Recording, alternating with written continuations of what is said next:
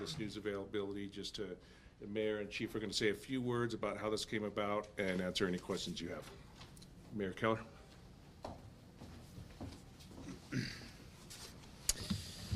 All right, well, I think I want to begin, let's see here. I want to begin with just one thing, just to be really clear, because I know we're all getting a lot of questions, and that's what we're here to clarify. The first thing is what this is not. There is not going to be anyone with weapons. There's not going to be anyone in fatigues. There's not going to be any military vehicles. What this is essentially helping as public service aids, as PSAs. So these are going to be civilians in polos, and they're not going to be doing law enforcement. They're going to be supporting as a civilian, just as our other civilian support folks do. So with that just being, I think, really clear at the top, what are they actually going to be doing? I know there's been several things listed, but as like a public safety aid, what they're going to be doing is things like some traffic control around accident scenes. They're going to be helping secure facilities. They're going to be monitoring some of our buses. They'll likely have a radio. We haven't quite figured that out, but they probably will, so that they can certainly alert APD to things that they see. They're probably going to be helping at the Sunport. They're going to be doing humanitarian assistance. They're going to be helping with prisoner transport, and also helping with the courts. And they're going to be working all over the city. And in command of this effort is our Special Commander, Luke Langwood, and Chief will talk about his role later. So we also want to let folks know, we've been talking about this for several months, and basically what happened is the National Guard offered to help in any way the city of Albuquerque, and so did the governor. And we talk often about the challenges we have in our state and in our city, and there were a lot of ideas sort of thrown around, but what happened over the last several months is we figured out this PSA-like model might be a really good way to help APD continue the momentum that they've had. And speaking of that momentum, here's what's happening, and we've talked about this quite a bit. In general, for the first time in a decade, most of our crime categories are going down. And this year, that is extremely true in almost every category, and this is what we wanted to show you here. Now you can see this is the Chief's dashboard. So these stats, there's some caveats and things like that there, and as we always do, we polish them up quarterly. But I just want to show you. You can see the string of negative numbers right there. Look at this. Almost every crime category is down. I want to repeat that. Since January 1, almost every crime category is down by over 10%. We have never seen this in 10 years. So what we want to do is double down on what's working to actually make this possible. And what's working is technology. You've heard me talk a lot about that. And civilians. And so key to freeing up officers to fight crime and keep those statistics going in this powerfully good direction, we've got to have more civilians. And so a short-term way to help with that is by the National Guardsmen helping out. And so this is part of our civilianization effort that has included our own increase in PSAs. I think we've tripled the number of PSAs from when we came in. And it also is even related to creating our community safety department, a whole department of civilians to take certain types of calls. This is just another piece of that effort. Also, this time frame is important because it's going to buy us time for what we're doing in the academy to graduate both more officers and more PSAs. So I think with that, I would just mention that, we'll see how this goes. We hope it's going to be very effective. If it's not, we can just send folks home. That's certainly under the auspice of both the chief and myself. We invited these folks in to see if this program will help Albuquerque. And we also want to note that, if it is helpful, we may look at this in other areas. We're facing uncertainty around federal cuts to law enforcement. We're also facing uncertainty at the city level in terms of what we do with opioid funding and how we're funding our treatment and homeless services. And if this is a successful model, we may use it in other ways if, of course, the state feels the same way. So I think with that, I'll hand it over to our chief for a little more details. Chief? Like Mayor said, first of all, there's been a lot of thought and a lot of time put into creating the right process in which we could get assistance. Crime is down. Crime is down in every category, like Mayor said, from the beginning of the year till now. And that's in the initial letter, that although crime is down, we still want to do better.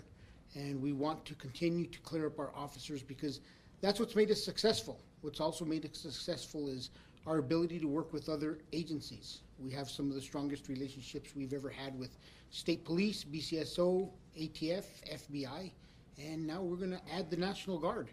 And we're gonna continue to utilize these resources to the best of our ability. At the beginning of this month, a few days ago, a week ago, we started building what we call our first hive for drones that will be launched to different crime scenes within the city. The National Guard's men that are going to be assisting us are going to be trained up and be able to assist us with the deployment of those drones and the use of those drones. And this, because this program's so new, and we're strained with civilian resources to do that. And anytime we could have a civilian professional staff take on a task instead of a sworn officer, it only benefits the city by ensuring that we get our officers out in the field. If you look at this sheet, everything is going in a very positive direction, but there's one thing we want to improve upon, and it's right here. Scene to clear. Our officers spend a lot of time on scenes that they don't need to.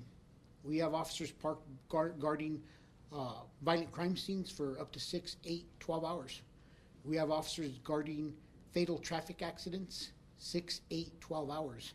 If I could start taking 6 hours off some of these on-scene clears, it's gonna make a huge difference. And it's gonna start swaying and putting our officers back into service and getting resources out to the community at even a faster pace. There's been a lot of thought put into this. That's why it's not starting immediately. There will be a series of community meetings with the National Guard and Acting Major Languet, who's going to be spearheading this operation for us. And there's going to be a lot of communication with the community to ensure that they understand that the National Guard does not have law enforcement authority. They cannot take law enforcement action. And I just don't want this to turn into like an, oh my God, the National Guard is here to save the city. No, the National Guard is here to help clear up officers so APD officers can go out and be proactive and take more people to jail, keep the community safer, and continue this trend of lower crime rates. So we will continue this trend of using civilians to the best of our ability, to being creative and thinking outside the box, and utilizing every partnership and every resource possible for us to continue to provide the service that we're providing to the community. Thank you. Questions? Questions? Go ahead, Matt. How many officers, like, you know, even an estimate number, a rough number, how many officers would be freed up by? We're thinking 20 to 30. And what I want you to think about is, at times, we have anywhere from 1 to 3 people being guarded at the hospital by APD officers. You do 3 shifts 7 days a week, that's up to 9 officers a day, 7 days a week. So you could quickly see how even just assisting us with guard duty at the hospital is going to assist us in clearing up. That's basically 2 squads over the course of a week that would be cleared up that we could put back into the field to take calls for service. When you think of even just officers who are on the scene, and I spoke about it with homicide investigations, violent crimes call-outs, traffic accidents, fatalities. The other day, I drove, and in the morning, when we did the press conference out at the hotel that we closed on the west side, the first one, there had been PSAs who had been guarding, who had been closing a roadway because of a down power line for hours upon hours, and we called Luke and we got barricades out there. So we always have sometimes officers who have to help relieving those situations. So being able to fully have a civilian asset in those circumstances is just going to help us clear up more and more sworn officers.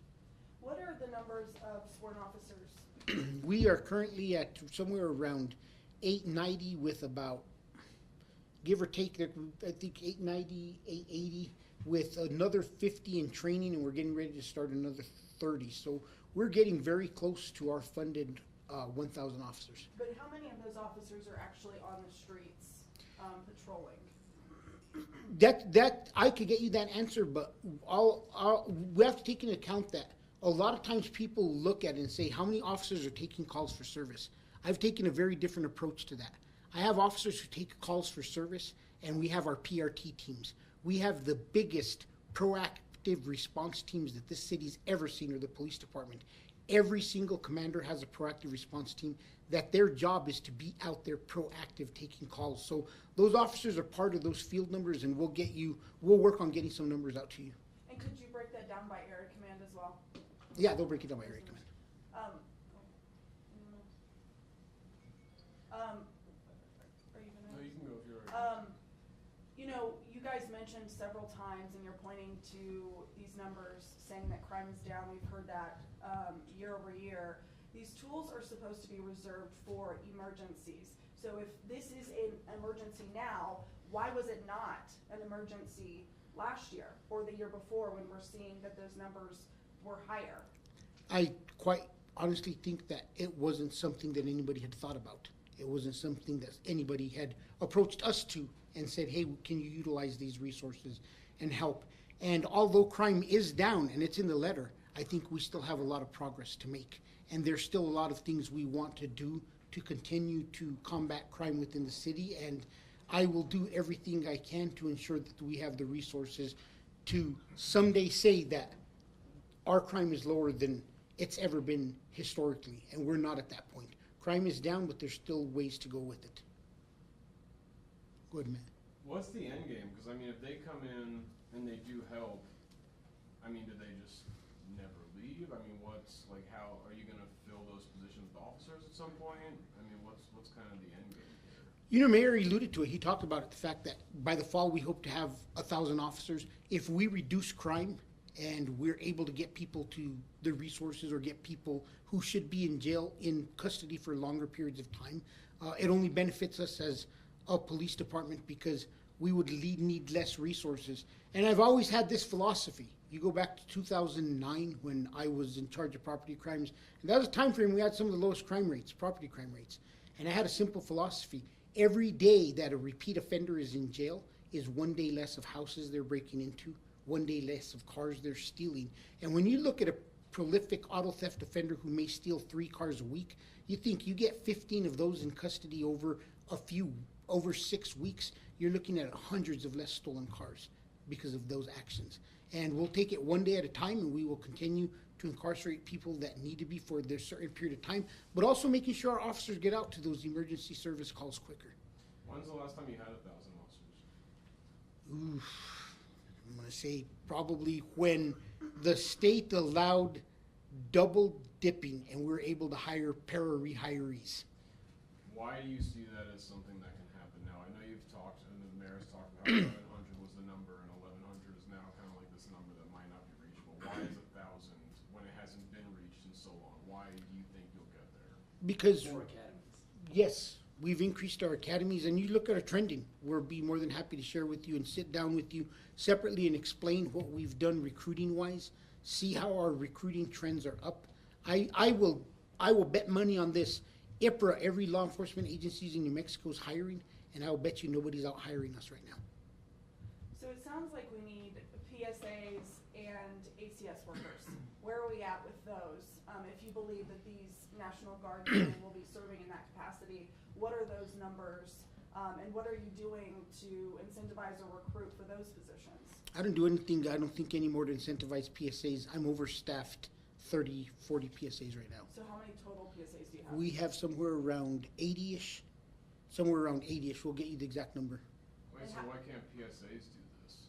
Because we already have our PSAs tasked out doing a lot of things. The overstaffed? Yes. PSAs. Yep. So where does ACS fit in this equation?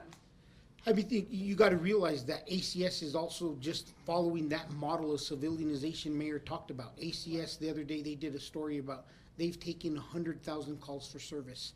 Realistically, that's probably about 80,000 calls APD didn't have to take, and they're taking a lot of the calls that didn't require a law enforcement officer. So this is about us making sure that we continue to get every resource and leverage every resource possible to help us continue to make progress in the city. So will these National Guardsmen be with ACS as well? I mean, I guess I'm just wondering how ACS fits into the equation when you're talking about the fentanyl and the homelessness issues as well as some of the other crimes. You know, there's still a lot of specifics that we're working on.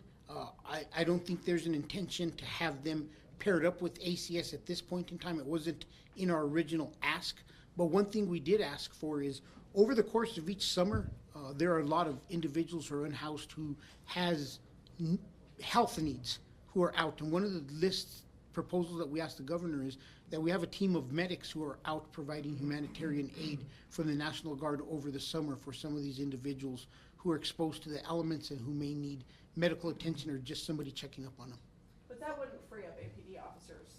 That would free up AFR. You know, we still get dispatched to a lot of those calls. Those calls generally come in as down and outs, and even though ACS is stretched to its thinnest, and we still get dispatched to those calls. Just to clarify Matt's question a little bit too, how long are you expecting? Is it a month, 2 months? I know you said you're gonna take it day by day, but are you expecting a That, timeframe? that's a decision that isn't made by the Albuquerque Police Department. The governor's office will determine how long they want to have the guard out here. So what was the trigger for this? The trigger was strong communication and an opportunity for us to look and realize that we need to continue to make improvements within the city, and that there was help being offered and that we have carved out a way to get assistance to our officers. Is this? Oh, no. Go ahead. No, you. Yeah, Chief, did the governor indicate how many National Guards people she's sending? They said 60 to 70 officers. They're not getting here tomorrow. Let's make that clear. Like, they have like 30 some days of training that we want to ensure that we put them through between us and state police to make sure that they're trained up on certain aspects of what we're going to be asking them to do. So, but I've heard the number 60 to 70.